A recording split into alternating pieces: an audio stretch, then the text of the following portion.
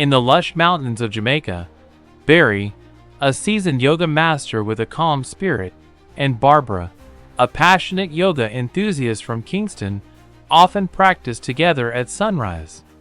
Their routines were peaceful, but little did they know that their combined energy was about to unlock something extraordinary.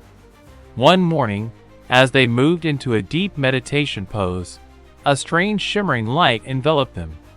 A mysterious energy field pulsed around their bodies, amplifying their powers with each synchronized breath.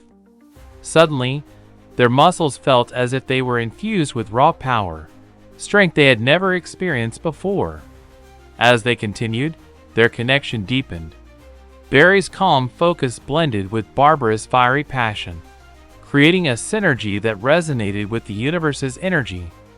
They discovered that their combined strength could influence the environment, causing plants to bloom instantly, strengthening the earth beneath their feet, and even calming storms in the distance. Realizing their newfound abilities, Barry and Barbara understood that their unity was a force greater than themselves, an ancient power awakened by their shared practice. They vowed to use their strength to protect their homeland and promote peace, knowing that together they could move mountains, literally and figuratively.